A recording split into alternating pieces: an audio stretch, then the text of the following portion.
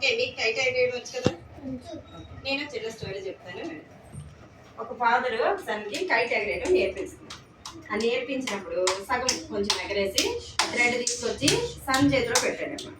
Sun చేతిలో పెట్టాక ఆయన ఏం చేశాడు, చాలా స్పీడ్గా పైకి ఎగరేస్తూ వాళ్ళ నాన్నగారితో ఏమన్నాడంటే, నాన్న ఈ తాడు ఉండడం వల్లనే ఈ కైట్ ఇంకా పైకి ఎగరలేకపోతుందేమో, ఈ తాడు కట్ చేస్తే ఇంకా పైకి ఎగురుతుందేమో నాన్న అని సరే.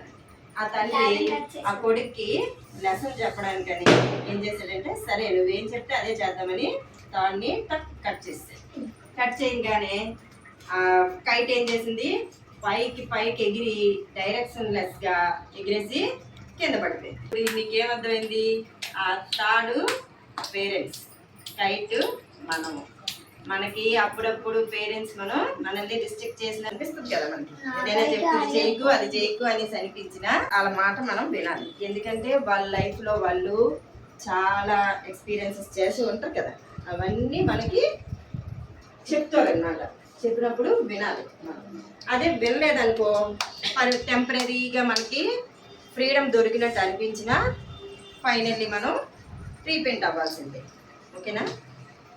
ఫైనల్లీ మనం దీనివల్ల నేర్చుకునేది ఏంటంటే, అసలు ఈ భూప్రపంచం మీద తల్లిదండ్రులకు మించిన ఎవ్వరూ మన గురించి నిస్వార్థమైన ప్రేమ చూపించరు. నిస్వార్థంగా మన గురించి మంచి కోరుకునే వాళ్ళు ఒక తల్లిదండ్రులు మాత్రమే.